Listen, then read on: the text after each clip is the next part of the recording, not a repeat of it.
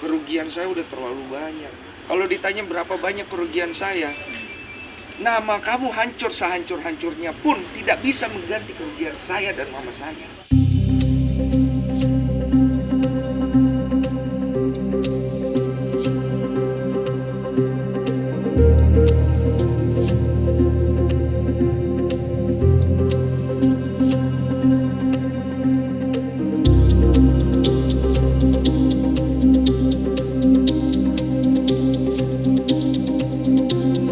Baik, terima kasih ya kawan-kawan semua.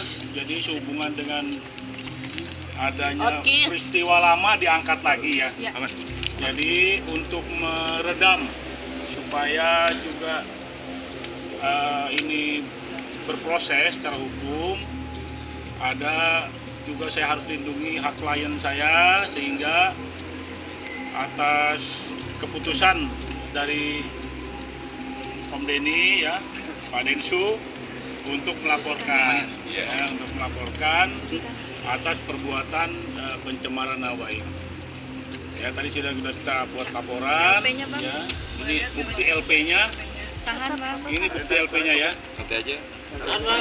Ya, pasal yang kita tuduhkan 310, pasal 310 ya, 311 KUHP ya, 315 juga. Kemudian jungtonya pasal 27 ayat 3 ya, Undang-Undang ITE. Kaget juga, maksudnya kenapa? Jadi ada yang bilang katanya gara-gara saya ada klipan video waktu lagi ngobrol sama Dr. Richard. Di situ kan saya lagi cerita sama Dr. Richard bagaimana kita harusnya bisa memaafkan segala yang sudah terjadi. Gak ada urusannya sih sama dia.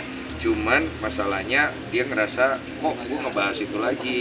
Ya gue kan membahas itu kan dari perspektif gue, pengalaman hidup gue yang gue bisa bagi ke orang. Nah apa yang mau gue bahas? Ya kan, nah gue bahas itu untuk memberikan insight buat Dr. Richard karena dia tidak bisa memaafkan katanya waktu itu. Gue bilang bisa lah, kita semua bisa memaafkan. Tapi bukan berarti kalau kemudian kita memaafkan orang itu bisa semena-mena. Berarti gitu. Nah, akhirnya dibikinlah dia satu postingan, yang postingan itu membuat orang tuh menafsirkan macam-macam. Kesannya bahwa hasil tes DNA saya yang dulu itu diragukan. Lembaga Eijkman di bawah RSCM yang kredibilitasnya sudah dari zaman dulu diragukan. Kemudian dia kesannya saya itu tidak berani untuk tes DNA kedua kali. 4 tahun yang lalu di acaranya Pak Hotman Paris, saya waktu itu ditelepon langsung, ditodong dan ditanya, saya jawab iya, tidak ada masalah gitu. Cuman kesini-sini kok sama aja nih, begini terus. Ini kapan selesainya sih? Kan bukannya dulu udah beres ya maksudnya. Nah ada orang yang bilang saya kenapa nyinggung dia. Saya nggak mau nyinggung siapa-siapa. Kalau ditanya apakah saya nyinggung dia ada tujuan untuk supaya buat ngejahatin dia, buat apa gitu loh. Kerugian saya udah terlalu banyak. Kalau ditanya berapa banyak kerugian saya, nama kamu hancur sehancur-hancurnya pun tidak bisa mengganti kerugian saya dan mama saya. Berapa banyak air mata saya, berapa banyak air mata mama saya yang kami sudah dihina, moral lu gak bisa ganti dengan berapapun materi lu gitu loh. Jadi kalau ditanya masalah itu tidak bisa. Yang saya maksud di sini adalah jangan cari sesuatu yang lu sendiri tidak bisa buktikan. Lu mempertanyakan tes DNA yang kedua, berarti lu harus bisa membuktikan tes DNA yang pertama itu tidak benar.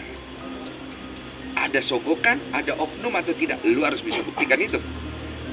Tes DNA kedua, oke, 3, 4, 5 saya mau oke, Pak ya kita harusnya oke gitu loh.